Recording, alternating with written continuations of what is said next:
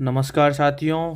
तो एस्टेट का पेपर हो चुका है और अब हम सी टेट की तैयारी करेंगे। तो यहाँ पर हम सबसे पहले पेपर्स करेंगे और फिर उसके बाद कुछ कंटेंट वैसा देखेंगे। ठीक है, तो शुरू करते हैं आज की वीडियो और देखते हैं कुछ महत्वपूर्ण क्वेश्चंस जो कि सी टेट के पर्पज़ से काफ़ी इम्पोर्टेंट है और ये सी टेट का प्रीवियस पेपर है। ठीक है, तो शुरू करते हैं। पहला क्वेश्चन, शिक्षण का विकासात्मक परिप्रेक्ष्य शिक्षकों से यह मांग करता है कि वे। ठीक है, ये क्वेश्चन सी टेट में क्या है कि क्वेश्चंस थोड़े लंबे दिखाई देते हैं, लेकिन डरने की कोई बात नहीं है। बिल्कुल आराम से उनको तसल्ली से बिल्कुल शांत दिमाग से क्वेश्चन को पढ़ो। ठीक है, फिर जिस भी ऑप्शन में तुम्हें पॉजिटिविटी दिखे कि हाँ इसमें पॉजिटिव जा रहा है तो उसका आंसर वो उस पर लगाने की कोशिश करें। तो देखते हैं, शिक्षण का विकासात्मक परिप्रेक्ष्य। ठीक है, शिक्षकों से यह मांग करता है कि वे कठोर अनुशासन बनाए रखने वाले बने। देखो, कठोर अनुशासन बनाए रखने वाली बात हो रही है तो इसका मतलब है ये ऑप्शन हमें इग्नोर करना पड़ेगा। ठीक है, तो ये इग्नोर करेंगे। विकासात्मक कारकों के ज्ञान के अनुसार अनुदेशन युक्तियों का अनुकूलन करें। फिर दिया है, विभिन्न विकासात्मक अवस्था वाले बच्चों के साथ समान रूप से व्यवहार करें। इस प्रकार का अधिगम उपलब्ध कराएं जिसका परिणाम केवल संज्ञानात्मक क्षेत्र के विकास से हो। देखो, ये केवल संज्ञानात्मक क्षेत्र के विकास की बात कर रहा है। विभिन्न विकासात्मक अवस्था वाले बच्चों के साथ समान रूप से व्यवहार करें तो ये अलग बात कर रहा है, लेकिन इसमें मेन पॉइंट, पॉजिटिव पॉइंट ये दिया, विकासात्मक कारकों के ज्ञान के अनुसार अनुदेशन युक्तियों का अनुकूलन करें। तो ये इसका राइट आंसर होगा। ठीक है, सेकंड क्वेश्चन क्या कहता है, शिक्षार्थी तब तक नहीं सीख सकते जब तक उन्हें शिक्षा के सामाजिक उद्देश्यों की आवश्यकताओं के अनुरूप न पढ़ाया जाए। उन्हें यह पता न हो कि जो तथ्य उन्हें पढ़ाए गए हैं निकट भविष्य में उनका परीक्षण किया जाएगा। ठीक है, वे सीखने के लिए तैयार न हों या दैनिक आधार पर घर में उनके माता पिता विद्यालय में उनके सीखने के बारे में नहीं पूछेंगे। तो ये देखो सारी बातें, शिक्षार्थी तब तक नहीं सीखता है कि जब तक वह खुद सीखने के लिए तैयार नहीं है। ठीक है, जब तक वो बच्चा खुद सीखने के लिए तैयार नहीं है, जब तक उसमें खुद में तत्परता नहीं है, तब तक वो बच्चा नहीं सीख सकता। और तत्परता का नियम मैंने बताया है अपनी पिछली वीडियोस में। तत्परता का नियम ये थॉर्नडाइक के द्वारा दिया गया है कि जब तक बच्चा सीखने के लिए किसी काम को तैयार नहीं है तब तक वो उसे नहीं सीख सकता, जब तक उस बच्चे की खुद की इच्छा नहीं है सीखने की। और थॉर्नडाइक ने जो मुख्य नियम 3 बताए थे और गौण नियम 5 बताए थे। ठीक है, तत्परता का पहला, अभ्यास का, और तीसरा नियम इसमें मुख्य नियम में प्रभाव का नियम। ठीक है, तो तत्परता का नियम यहाँ पर अप्लाई हो रहा है जो कि थॉर्नडाइक के द्वारा ये नियम दिए गए हैं। ठीक है, नेक्स्ट क्वेश्चन कहता है, सामाजिक अधिगम का सिद्धांत। ठीक है, सामाजिक अधिगम का सिद्धांत ये याद रखेंगे। पहले तो सामाजिक अधिगम का सिद्धांत निम्नलिखित में से किस घटक पर बल देता है। तो किस घटक पर बल देता है, प्रकृति पर, पोषण पर, अनुकूलन पर या पाठ संशोधन पर। ठीक है, तो सामाजिक अधिगम का सिद्धांत पोषण पर बल देता है। ठीक है, तो इसका राइट आंसर ये होगा। और ये भी ध्यान रखेंगे कि सामाजिक अधिगम का सिद्धांत जो दिया गया है वो बंडूरा के द्वारा दिया गया है। ठीक है, बंडूरा के द्वारा। ठीक है भाई, ये ध्यान रखेंगे। ठीक है, तो सामाजिक अधिगम का सिद्धांत निम्नलिखित में से किस घटक पर बल देता है, तो ये पोषण पर बल देता है और ये सिद्धांत किसके द्वारा दिया गया, बंडूरा के द्वारा। नेक्स्ट देखते हैं, मनोसामाजिक सिद्धांत निम्नलिखित में से किस पर बल देता है। देखो, अभी सामाजिक अधिगम के सिद्धांत का पूछा था, अब है मनोसामाजिक सिद्धांत। और सबसे पहले हमें ये पता होना चाहिए कि मनोसामाजिक सिद्धांत किसने दिया है। तो मैंने तुम्हें ट्रिक से बताया था, ये एरिक्सन के द्वारा दिया गया है। किसके द्वारा, एरिक्सन। ठीक है, एरिक्सन ने दिया है और मैंने कनेक्ट कराया था। तो मैं मन को सामाजिक करना है अपने बच्चे के, सन पीछे है, तो इस तरीके से मन को सामाजिक बनाना है अपने बच्चे के। ठीक है, तो इसमें दिया क्या, किस बात पर बल देता है, तो ये हम देखेंगे, उद्दीपन व प्रतिक्रिया पर, लिंगीय व प्रसुप्ति पर, उद्यम के मुकाबले में हीनता स्तर। तो इसका राइट आंसर होगा उद्यम के मुकाबले हीनता स्तर। और यहाँ पर देखो नेक्स्ट क्या दिया हुआ है, नेक्स्ट दिया हुआ है यहाँ पर क्रिया प्रसूत सक्रिय अनुबंधन सिद्धांत, ये दिया हुआ है क्रिया प्रसूत। ये किसने दिया है, ये स्किनर के द्वारा दिया गया है। किसके द्वारा दिया गया है, ये स्किनर के द्वारा। ये भी याद रखेंगे, क्रिया प्रसूत किसके द्वारा किसके द्वारा दिया गया है, स्किनर के द्वारा। ऑपरेंट कंडीशनिंग थ्योरी स्किनर ने दी है। और एक है तुम्हारा classical conditioning theory, classical conditioning किसने दिया था, पॉवलोव ने। बढ़ते हैं नेक्स्ट क्वेश्चन की तरफ। यह तथ्य कि बच्चों को सांस्कृतिक रूप से प्रासंगिक ज्ञान की आवश्यकता होती है निम्नलिखित में से किस व्यक्ति से संबंधित है। तो ये है चार्ल्स डार्विन से, बीएफ स्किनर से, यूरी ब्रॉनफेन ब्रेनर से, या लेव वाइगोत्स्की। तो लेव वाइगोत्स्की के बारे में ये क्या दिया है, परिभाषा दी हुई है एक टाइप से, ठीक है। बालक जिस आयु में किसी संज्ञानात्मक कौशल को सीखते हैं उन पर इस बात का प्रभाव पड़ता है कि क्या संस्कृति से उन्हें संगत सूचना तथा निर्देश प्राप्त हो रहे हैं या नहीं, ठीक है। तो ये संस्कृति से कनेक्ट करके बताया है, ठीक है। संस्कृति से उन्हें संगत सूचना, सही सूचना और निर्देश प्राप्त हो रहे हैं या नहीं हो रहे, ठीक है। तो यहाँ पर हम देखेंगे ये इस तरीके की प्रासंगिक ज्ञान की आवश्यकता है सांस्कृतिक रूप से, तो ये लेव वाइगोत्स्की के द्वारा कहा गया है। और लेव वाइगोत्स्की ने यहाँ पर 2-3 चीज़ें और बताई थी, ये भी ध्यान रखेंगे, ठीक है। एक ZPD के बारे में लेव वाइगोत्स्की ने ही बताया है, ZPD, ठीक है। इस तरीके से इन्होंने 1-2 चीज़ें बताई हैं, तो वो एक बार ध्यान रखेंगे, ठीक है भाई।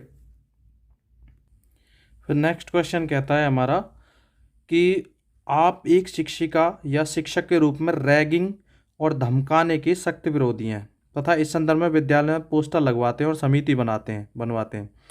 आपसे जुड़ने वाले किशोर जो इस विचार के दृढ़ विश्वासी हैं, ठीक है, निम्नलिखित में से किस स्तर पर होंगे। पारंपरिक स्तर पर, ये किसके हैं, कॉलबर्ग के द्वारा बताए गए कुछ स्तर हैं, पारंपरिक, नैतिक स्तर। और ये पारंपरिक स्तर है, पूर्व पारंपरिक है, उत्तर पारंपरिक है, सामाजिक व्यवस्था बनाए रखने वाला है। तो कॉलबर्ग ने नैतिक विकास के कुछ सिद्धांत में ये बताए हैं, चरण बताए हैं अलग अलग। तो ये जो है उत्तर पारंपरिक वाली अवस्था है, जिसमें वो बच्चे खुद सोचते हैं कि इस तरीके की एक्टिविटीज़ ना हो, रैगिंग या धमकाने वाली, तो उसके सख्त विरोधी हैं और इस बारे में वो उनसे जुड़ना भी चाहते हैं, ठीक है। फिर नेक्स्ट देखते हैं, नेक्स्ट क्वेश्चन क्या कहता है, प्रगतिशील शिक्षा निम्नलिखित में से किस कथन से संबंधित है। तो ये देखते हैं, शिक्षक सूचना और प्राधिकार से प्रवर्तक होते हैं, ज्ञान प्रत्यक्ष अनुभव और सहयोग से उत्पन्न होता है, अधिगम तथ्यों के एकत्रीकरण और कौशल में प्रवीणता के साथ सीधे मार्ग पर चलता है, या परीक्षा मानदंड संदर्भित और बाह्य है। तो ज्ञान प्रत्यक्ष अनुभव और सहयोग से उत्पन्न होता है। तो ये इसका प्रगतिशील शिक्षा की अवधारणा सबसे पहले ये देख लेंगे। ये प्रगतिशील शिक्षा की अवधारणा किसके द्वारा दी गई है, जॉन डेवी के द्वारा दी गई है, ठीक है, विशेष जो योगदान रहा है इनका। और इन्होंने क्या कहा है कि शिक्षा इस तथ्य पर जोर देती है कि ज्ञान प्रत्यक्ष अनुभव और सहयोग से उत्पन्न होता है, ठीक है। इन्होंने जॉन डेवी के द्वारा ये बताया गया है इसमें। फिर नेक्स्ट क्वेश्चन हमारा कहता है, बहुबुद्धि के सिद्धांत के संदर्भ में एयरफोर्स पायलट बनने के लिए निम्नलिखित में से कौन सी बुद्धि की आवश्यकता होती है, ठीक है। अंतःवैयक्तिक, भाषिक, अंतर्वैयक्तिक या गतिक। तो इसमें गतिक बुद्धि की आवश्यकता होती है, ठीक है। गतिक बुद्धि के लोगों में शारीरिक गति पर नियंत्रण रखने की क्षमता और वस्तुओं को सावधानीपूर्वक एवं प्रवीण ढंग से घुमाने उपयोग करने की क्षमता होती है। इस तरह की बुद्धि प्राय खिलाड़ी, शिल्पकार, सैनिक आदि में अधिक होती है। तो इसमें गतिक बुद्धि होना चाहिए। और मैंने बहुबुद्धि के सिद्धांत की एक ट्रिक तुम्हें बताई थी कि बहु की बुद्धि, ये बताया था कि किसने दिया है बहुबुद्धि का सिद्धांत, तो मैंने गार्डनर बताया था। और गार्डनर से कनेक्ट करके ऐसे भी बताया था कि बहू की बुद्धि ज़्यादातर मोस्टली कहाँ रहती है, गार्डन की तरफ, ठीक है। इस तरीके से कनेक्ट करना भी बताया था, ठीक है भाई। फिर नेक्स्ट क्वेश्चन हमारा है, बुद्धि की स्पीयरमैन परिभाषा में कारक जी क्या है? तो आनुवंशिक बुद्धि, उत्पादक बुद्धि, सामान्य बुद्धि या वैश्विक बुद्धि। तो ये है सामान्य बुद्धि, जी कारक जो होता है, ठीक है। और एस होता है वो विशिष्ट स्पेसिफिक बुद्धि होती है, जनरल बुद्धि, जनरल, और ये स्पेसिफिक, सामान्य और विशिष्ट, ठीक है। जी और एस कारक उसने बताए हैं स्पीयरमैन के द्वारा। नेक्स्ट क्वेश्चन क्या कहता है? छिपी हुई वस्तुओं को ढूंढ निकालना इस बात का संकेत है कि शिशु निम्नलिखित में से किस संज्ञानात्मक कार्य में दक्षता प्राप्त करने लगा है? साभिप्राय व्यवहार, वस्तु स्थायित्व, समस्या समाधान या प्रयोग करना। तो जीन पियाजे ये वस्तु स्थायित्व की बात करते हैं यहाँ पर। जीन पियाजे के संज्ञानात्मक विकास सिद्धांत, सबसे पहले ये याद रखेंगे कि जीन पियाजे ने कौन सा सिद्धांत दिया है? संज्ञानात्मक विकास का सिद्धांत जीन पियाजे के द्वारा दिया गया है, ठीक है। पहली अवस्था इनकी, यहाँ से ये पॉइंट भी याद रखेंगे, इंद्रिय जनित गामक अवस्था पहली होती है, जो 18 से 24 माह तक शिशु उन वस्तुओं के प्रति भी अनुक्रिया करना प्रारंभ कर देता है जो सीधे दृष्टिगोचर नहीं होती, और वह छिपी हुई वस्तुओं को भी ढूंढने लगता है। इस गुण को क्या कहते हैं? वस्तु स्थायित्व, ठीक है, ये याद रखेंगे। तो इस तरीके से ये क्वेश्चन कैसे भी पुटअप किया जा सकता है। देखो सबसे पहले जीन पियाजे से तो क्वेश्चन मिलना ही मिलना है, चाहे सीटेट का पेपर हो, चाहे किसी भी स्टेट का कोई भी पेपर हो, जीन पियाजे से रिलेटेड तुम्हें कोई एक दो क्वेश्चन पक्का मिलना है, ठीक है, हर पेपर में। तो जीन पियाजे को तो बिल्कुल एकदम से सही से पढ़ के रखना। तो वस्तु स्थायित्व ये बता दिया मैंने। फिर नेक्स्ट हमारा क्वेश्चन है, निम्नलिखित में से कौन सा समाज में लिंग समानता का मानदंड हो सकता है? तो विद्यालय में पुरुष और महिला शिक्षकों की तुलना, कक्षा 12 में लड़कों और लड़कियों द्वारा समान संख्या में प्राप्त विशिष्ट योग्यता, और ये है कक्षा 12 तक पहुंचने वाले लड़कों और लड़कियों की संख्या में तुलना। ये इसका सही आंसर होगा, ठीक है।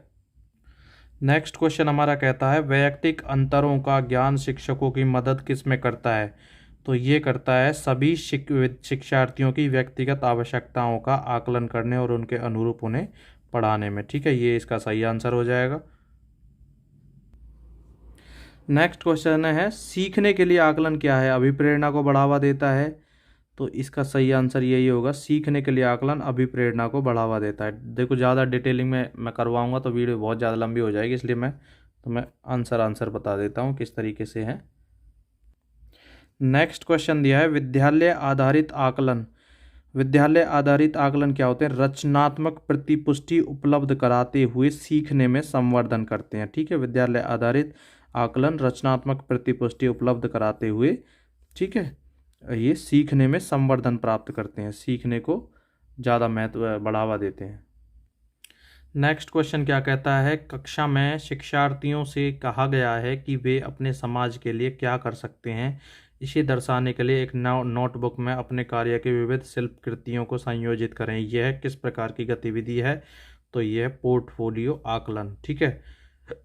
प्रश्न में दी गई गतिविधि पोर्टफोलियो आकलन का एक अच्छा उदाहरण है, ठीक है, पोर्टफोलियो आकलन। फिर नेक्स्ट है, शिक्षार्थियों को सबसे कम प्रतिबंधित विद्यालय वातावरण में रखने के माध्यम से विद्यालय दूसरे बच्चों को संवेदनशील बनाता है, ठीक है। कम प्रतिबंधित में रखेंगे तो दूसरे बच्चों को वो संवेदनशील बनाता है कि वे अलाभान्वित बच्चों को दबाएं नहीं और इन्हें नीचा ना दिखाएं, ठीक है, ये इसका राइट आंसर होगा। तो सारे ऑप्शंस को एक बार तुम पढ़ लोगे, बिल्कुल हर क्वेश्चन के ऑप्शंस पढ़ने हैं।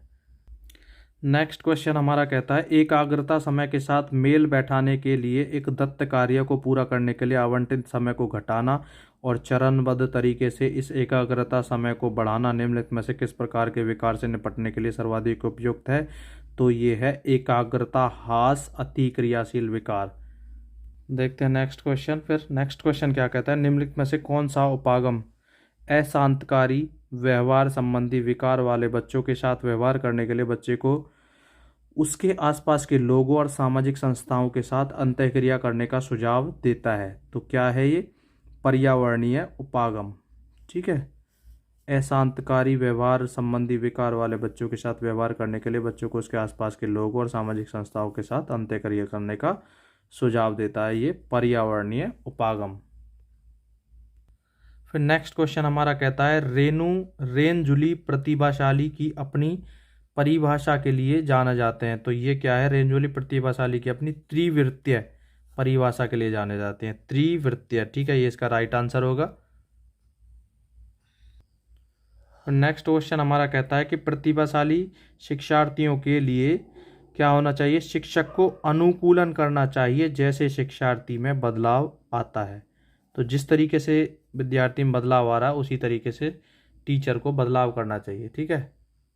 नेक्स्ट क्वेश्चन हमारा कहता है अधिगम निर्योग्यता वाले बच्चों की प्रगति का निरीक्षण करने के लिए निम्नलिखित में से कौन सी पद्धति सबसे उपयुक्त है? तो इसमें से कौन सी सबसे उपयुक्त मानी जाएगी?